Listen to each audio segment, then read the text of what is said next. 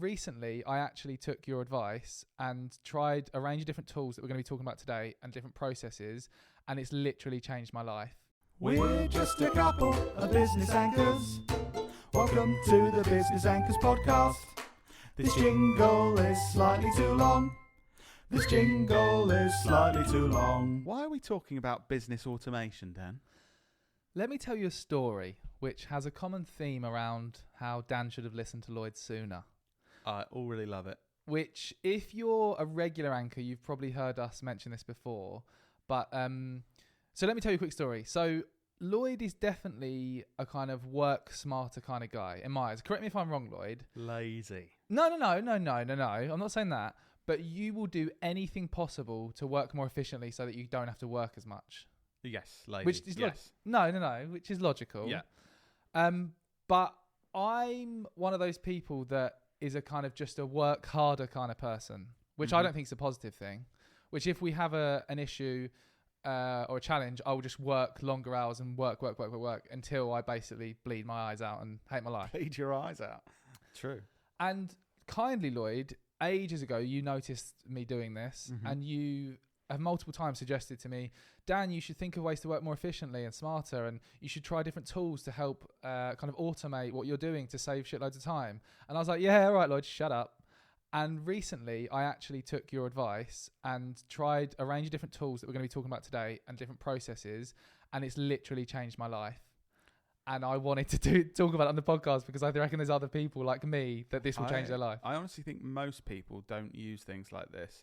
I reckon most people work far harder than I do to get the same output.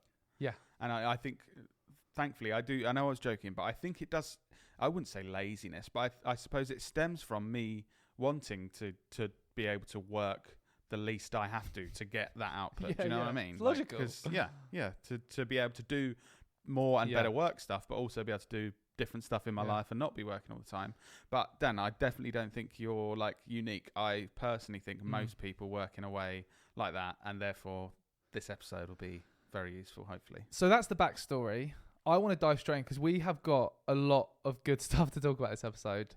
So can you kick us off with one of your sort of work smarter nuggets, Lloyd? Okay, this is the most OG work smarter nugget for productivity. So this is something some of you might be doing because I've been doing this for like over 10 years now. 10 years? I would say this is like the basic. This is if you're not doing any of this, bloody hell, this whole episode will be really useful. Okay. But some of you might be doing this. I'm excited. This is available for Gmail and Outlook, as well as other email software. So it's using rules and templates for email.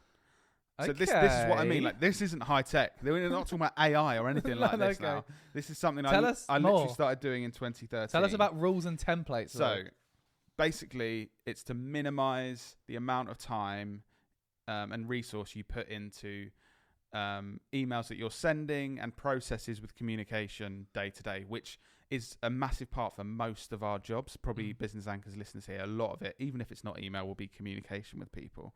So imagine you're Lloyd Knowlton in 2013. You're driving your wife's Chevrolet Spark to work because you don't have a car. It doesn't have electric windows, aircon, central locking, or even a parcel shelf. Okay, just setting the scene here. Your boss is called Dave. He's pretty cool, but he comes into the office for half an hour each day to show his face and then disappears and doesn't do any work. So he's lovely, but not overly helpful. And you've got a task to hire about 30 people and manage the whole process of organising interviews, job offers, job rejections, new employee forms, all that jazz. Okay. Have I set the scene nicely? You've set the scene. This is Lloyd 10 years ago, all right? In 2013, this first year I'm doing it, absolute chaos. All right? I remember you being incredibly stressed. Yeah, you receive new application emails every 2 to 3 minutes. You give a job to someone you meant to reject and you don't realise until they arrive on their first day.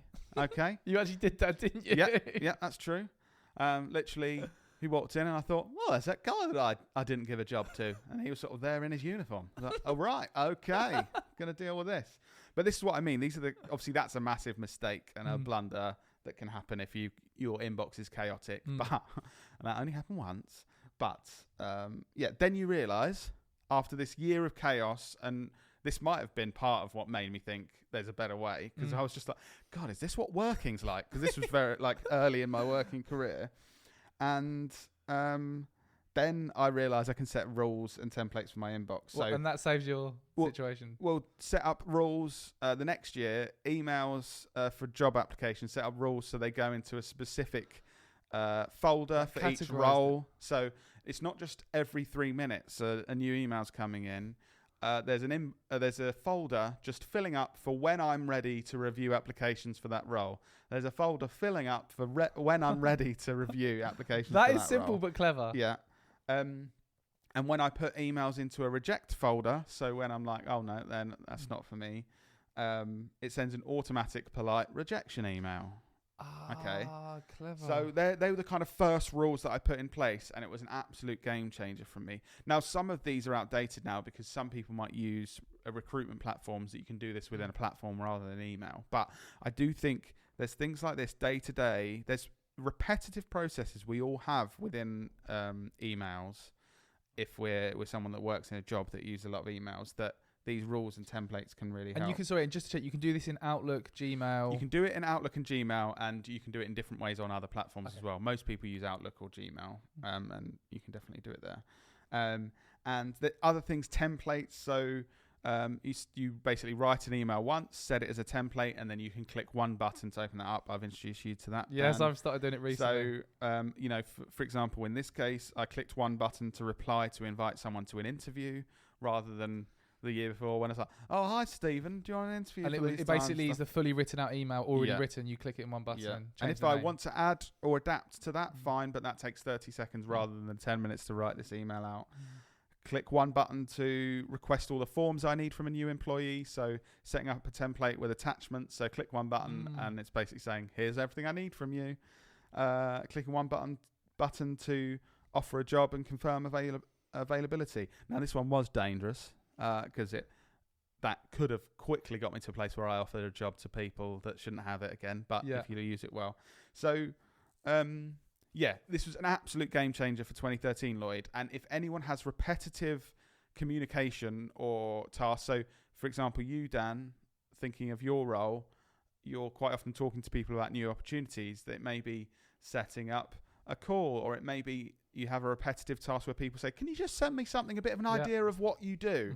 That can be a template. Say, click that. Literally done that. Yeah. Great. Well done. Yeah. But the main reason to do this, I would say, is tidy up your inbox to maintain your focus. So you can, when you want to focus on emails from certain people, you can. And when it's not sensible to keep dipping in and out, they can go into folders and that kind of thing.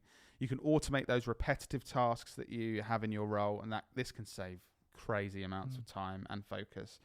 Also, another interesting use case, you can move sensitive emails out of sight. So say you're in a position where you're managing someone and you're talking about a sensitive issue, you can set up a rule to say emails from this person put straight into this folder that's confidential. So it's if someone walks past, they're never going to see that in your inbox. Slagging your colleague off. If there's an HR issue or something, you think, I don't want anyone to see those Steve issues. He's calling Susan a right prick.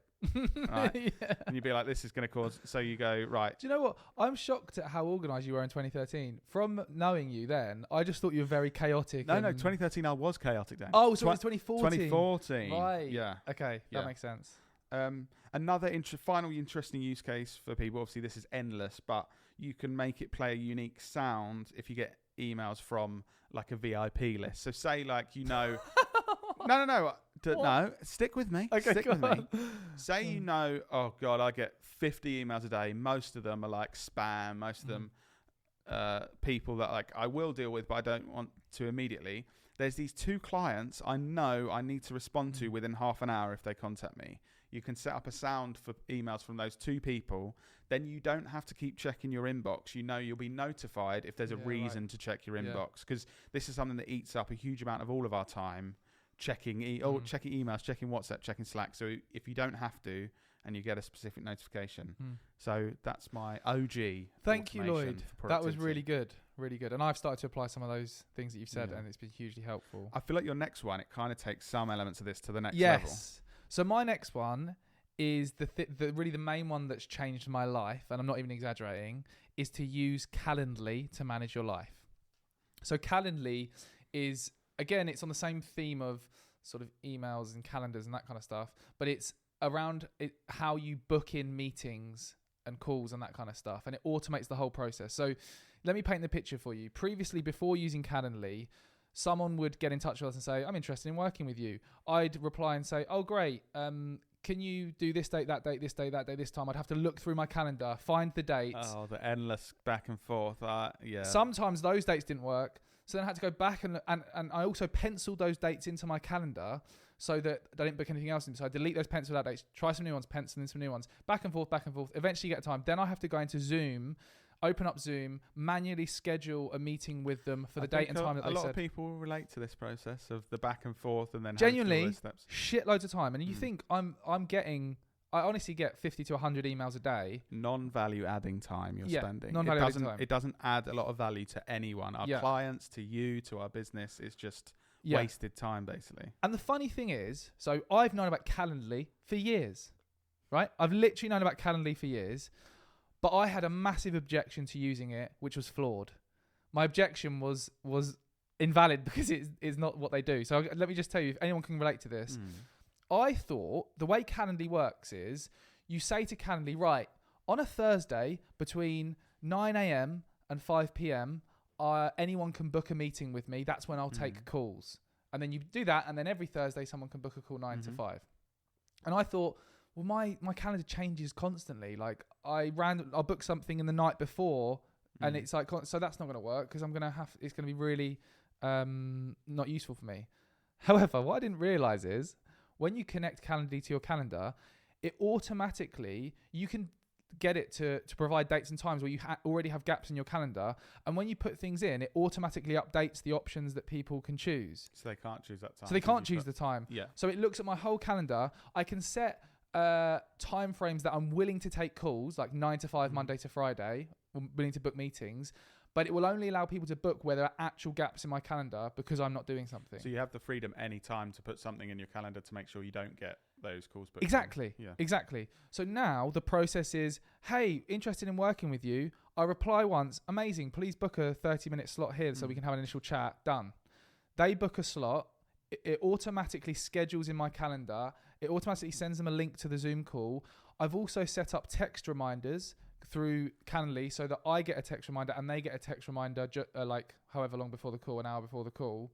And on top of that, there's some other automation I've set up with a tool called Zapier, which we'll go into in a second. But think how many hours like that. I spend so much of my time booking calls and meetings and things. That has saved me hours. So definitely, and it's so cost effective. It's like, I can't remember exactly, but it's like $10 a month or something crazy. I know cheap. For your role in particular, Dan, this is why we spoke about it initially and why you looked into it and have started doing it. It saves you a huge amount of time.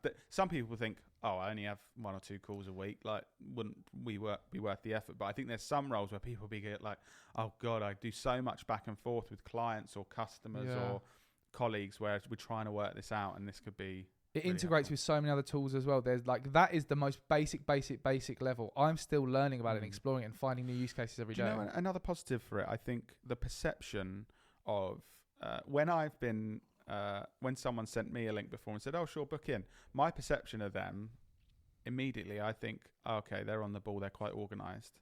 Yeah. Which is a good thing if you're setting up a call with someone. I personally think like, oh, these guys are very organized and efficient with their time. That's a good sign. One more random benefit that I've recently realized, it also helps qualify out people who don't really have a big intent to work with you.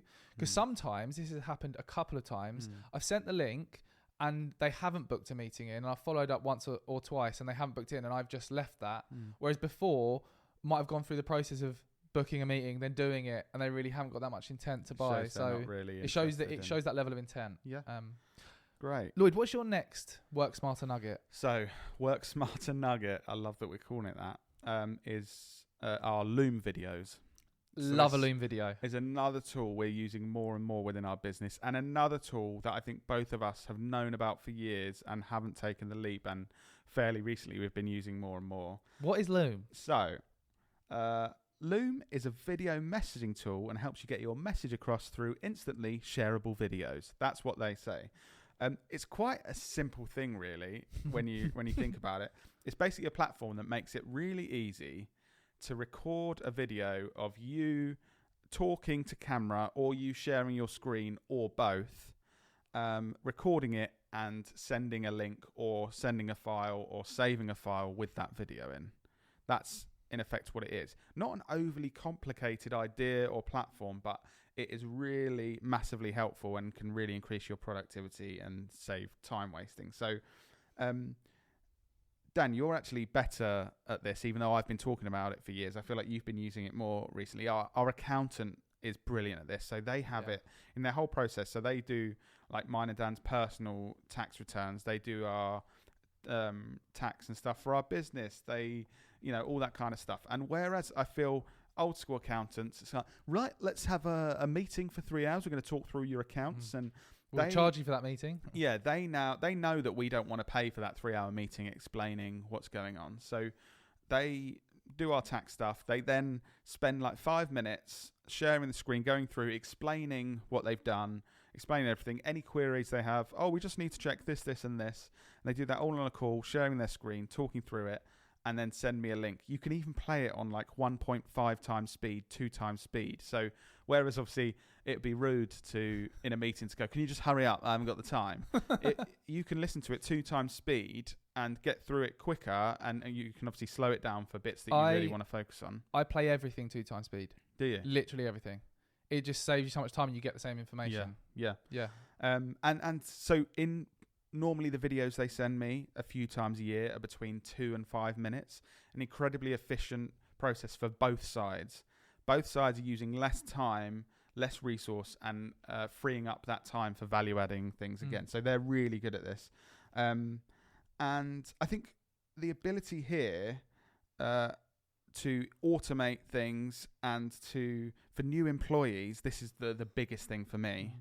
New employees, if there's any processes in your business, so whether you want to hand over for a holiday or you've got a new employee that will be starting, or you just want the process recorded for whoever might do it at any time in the future, you can record a 2-minute video saying, right, when I post on Instagram for Knowlton, this is what I do. I go through this process. I write this copy, put it through this spell checker, use these hashtags. This is what I do.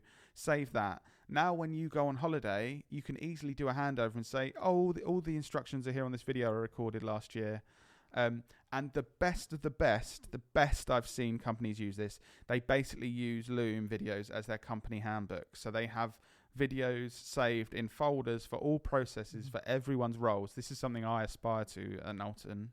And then if anyone is ever not around to explain something, or that you just want to explain something incredibly efficiently, if someone leaves, new people arrive, they have a folder of videos and basically explains how they do their job. That's their training. Someone explaining exactly how to do it, and you can revisit it anytime. Since we hired a marketing manager and I've got better at delegation, it's really helped me to delegate tasks that I was doing that I didn't need to do, because it makes it so quick and efficient to record that tutorial, narrate, just explain what you're doing whenever the next time you do it is, send that to them, and then you never have to do that process again. Yeah. So use cases, if you are managing people and regularly get asked questions of how do I do this, set up a Loom account, start recording videos, even block out 20 minutes a week to just record new ones. And then you'll get a great feeling when someone asks a question you've been asked 20 times. The first time you send a link to the video or tell them where it's saved, and they can watch that. So managers managing people. Also, if you're doing anything like our accountants where you need to talk through documents or anything like that, set it up, have a go, do that rather than a 3-hour call. See if you can do it in the 3 minutes and see how you do it. It definitely feels weird when you first do it as well, talking to a screen, like just narrating something, but you get through that barrier of weirdness. Yasmin on our team yesterday, she recorded a few for a holiday handover actually, which something we were talking about, and she did sort of say, I'd feel really weird doing this, but I think it's something you just got to do a couple of times. And then if you work from home or you're in an office on your own, it won't be weird anyway. You can do it. It's just when you're around other people and talking to yourself, it feels a bit strange at first. Yeah. Can I tell you about Zapier as my next one? Yeah, I've dabbled with Zapier, but I think it's something I need to spend more time on. So Zapier is a tool that connects to more than 4,000 apps and automates tasks. So you can say that when one thing happens in this app, I want that to trigger another action in another app. That's the simplest way to think about it. Yeah. And quick backstory, I actually discovered a tool 7 years ago that did what Zapier did, called If This Then That. If there's any like OG...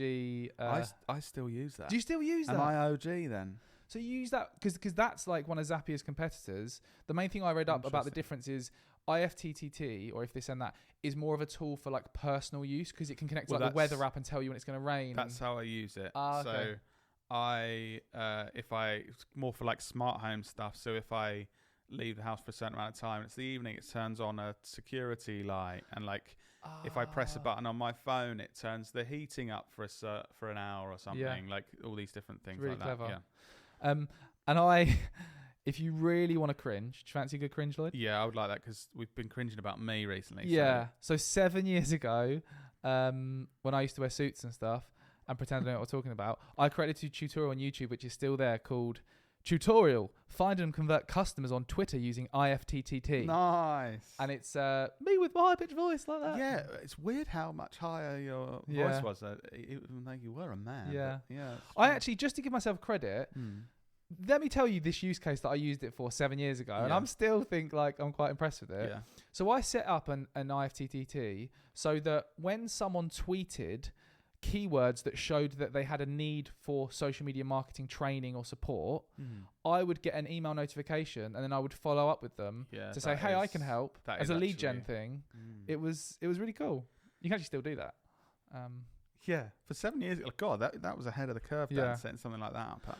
But the way, just to give you the use case for how I'm using it now, connected and to using Zapier now. use rather Zapier than now. Yeah. So Zapier is positioned as more of a professional tool. It connects to all like the kind of business tools that you use. The way I'm using it is I've connected Calendly, that I've just explained about, booking meetings, to HubSpot, which is our sales and CRM system. We've done episodes on HubSpot.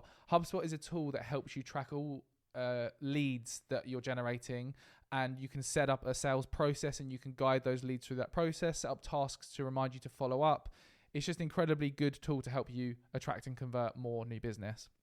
So I've set up Calendly so that every time someone books in that sales call with me, like I said, I use it for, I send them the link, book in a 30-minute slot. When they book that in, it automatically puts all their information into our sales and CRM system and sets up a new deal, filling all the information that they filled in the Calendly booking. So previously, I'd manually set up that call, which I said is a very tedious process. When they book in the call, I'd manually open HubSpot. I'd look at the information they've shared in an email, type it all into HubSpot, create a deal, set up tasks. I think all of that now is just automatically done when someone books in. And that's one of a million different use cases for Zapier. Yeah. Like, it's so worth just spending some time to look at. If you Google Zapier use cases, there's thousands of articles that you should look at. I think for like anchors listening, if out, even if it's just Zapier, but any of these things, if you can set this up and save an hour a week, I think it's about that thing of thinking like the lifetime value of this time saved. We don't kind of take action because we're like, it will take me a couple of hours to look into Zapier, set these things up. But then it's like, well, if it saves you only an hour a week, you've got a positive ROI in 2 weeks, and then it's endlessly a positive thing. It's that exponential curve that we've spoken about before. That 1% improvement looks like a very slight kind of upwards trend, but over time it turns into like a hockey stick when you're constantly making all of these 1% improvements. Something I've seen and I've noticed is some people I follow online that actually kind of strive to have businesses with less people involved. So either it's just them working on their own, or it's them and 2 or 3 people, but they're kind of financially, you think, wow, you're making a lot of money for the size of your team. And there seems to be a pattern of people that are the best at setting up these processes. So like within just the work that they're doing and potentially their small team, the output they're getting because of the time saved on these like time wasting, non-value adding activities from things like this adds a crazy benefit over time and adds, like you're saying, exponentially the value. The honest thing is, managing people is time consuming and stressful. And this is why the development of ChatGPT, like, and things like that, and AI tools, it's made it so that you don't need to hire a huge team to do all these tasks. You can have like an AI tool do the tasks that hiring 10 copywriters would do before. You don't have to hire an assistant. You can set up these automations to do things for you. Like it can make running a business a lot less stressful. I'm not saying you don't need people. Of course, people are at the heart of what you do, especially in a surface-based business like us. But there's certain tasks that humans do not need to do. Yeah. You can use these tools. Focus your humans and your people on the stuff that really adds value. Yeah. And creativity. I think most people don't want to spend the time doing those time wasting activities. Like no one wants to kind of do the admin parts where it's like, oh, I've just got to set up these 8 calls, and do this in between that and that. You want to focus on what you're good at and improving what you're doing and that kind of thing. Even just one more point with creativity. I saw a LinkedIn post the other day. Someone was talking about the fact that all these advances in generative AI, they're never going to be able to take on the creative skill, like being creative. It's an AI. But then you look at things like Mid-Journey, where you're asking it to do something creative and it's doing something creative. Like, I think it's only going to be a certain amount of time before AI and robots are being creative and producing things of their own back. Use your time to add the value you can rather than non-value adding activities. What's the point? Your next one, Lloyd, is a tool that I've seen you using a lot, and I've never really used it, and I'm intrigued to hear more about it. I have to admit, like, this is much more productivity than automation. Like, I almost feel like I'm automating myself because how much this helps. So not quite automation, but it's Notion. And it's a space, it's really hard to communicate what it is and the value, because it's like a mixture between like Google Docs, Slack, Monday.com, Asana, like Notes app. Like it's not, there's nothing like fundamentally like this is this crazy bit of software that does this. This is my question to you. So when I've seen you do stuff on it, a lot of the things I've seen, correct me if I'm wrong, you're creating lists and sort of documents and to-do lists and that kind of stuff. Why don't you just do it on Google Docs? Like what give me, sell it to me. I think so. So this is what I find hard. Like it's hard for me to think what it is and communicate. But whatever they have done, they make it the easiest thing to use and set up and do. And you can work, like I can work the quickest and the most efficiently, and enjoy using it the most. They've really got that right. And if I'm honest, I don't understand why. Like they've made everything easier and better to use. Yeah, well, and that's it really. Like again, I think a lot of these tools, nothing crazily clever. I know Zapier is a bit different because it's like, oh wow, okay, this tech links this. Most of these things, it's fairly simple, but and I was introduced to Notion by Ali Abdal. I found him on YouTube. He does a lot of productivity type videos and videos on business, finance, and education and that kind of thing. And if I have a process, so by the way, there are thousands of different ways you can use this, but I just want to say how it's really saved me time. If I have a process, this is how simple this is. I now set up a page on Notion. So it, for example, in my personal life as well as work, so my personal finances. So each month there's certain things I have to do. I literally set up a page with a checklist of actions I need to take each month. Each month I go to that page, remind myself what I've got to do those actions, tick them off. That's basically just a to-do list, isn't it? Yeah. This is what I mean. This is so crazy. But since I've been doing this for different tasks, I'm like, wow, this is... I think wow, a to-do list. Yeah, that's how crazy it is. But so firstly, it saves me the brain energy. Each month now, I don't have to remember to do this. I don't have to write a new to-do list. I just click the same place I click every time. I go, right, I'm going to do this process. Then it's already there.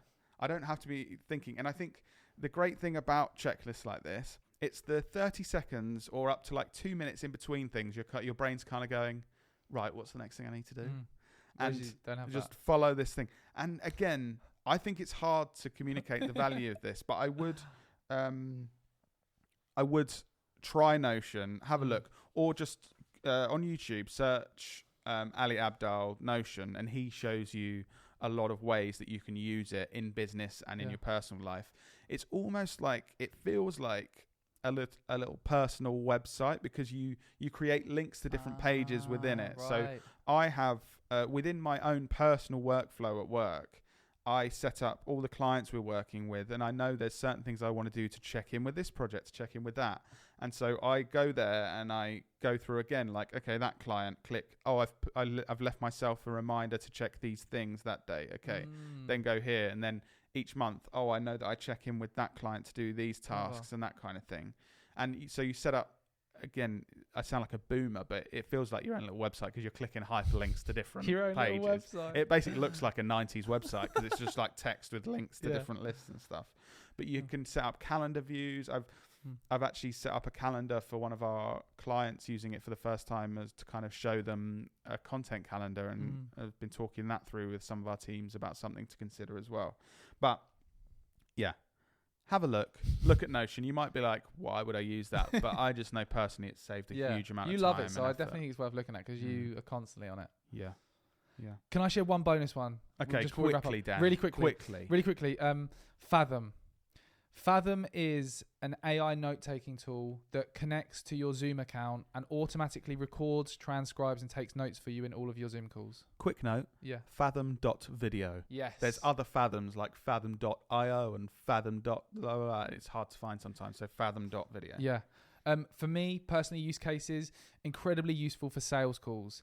When having a call with a potential client, I ask lots of questions in the discovery phase. This documents and records all that question so that further down the line, when we win the project, I can easily share that information with the team. They can play it in 2 times speed. They can search for certain text, certain words that have been said if they're looking for certain answers to questions. Save tons of time and well worth checking out.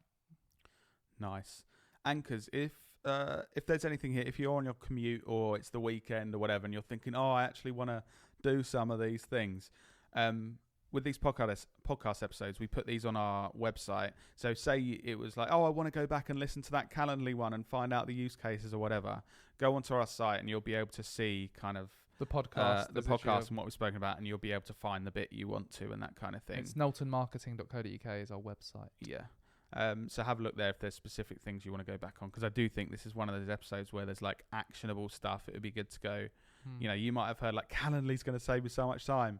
On Monday, I'm going to go back and listen to those 10 minutes and make sure I set that up and take that advice. We'll add links in the show notes as well to each of these different tools on the website so you can easily get them. Honestly, please just like try even one of these things, because it is a game changer over time, how much time these things save you day to day in your life, and it will just add up.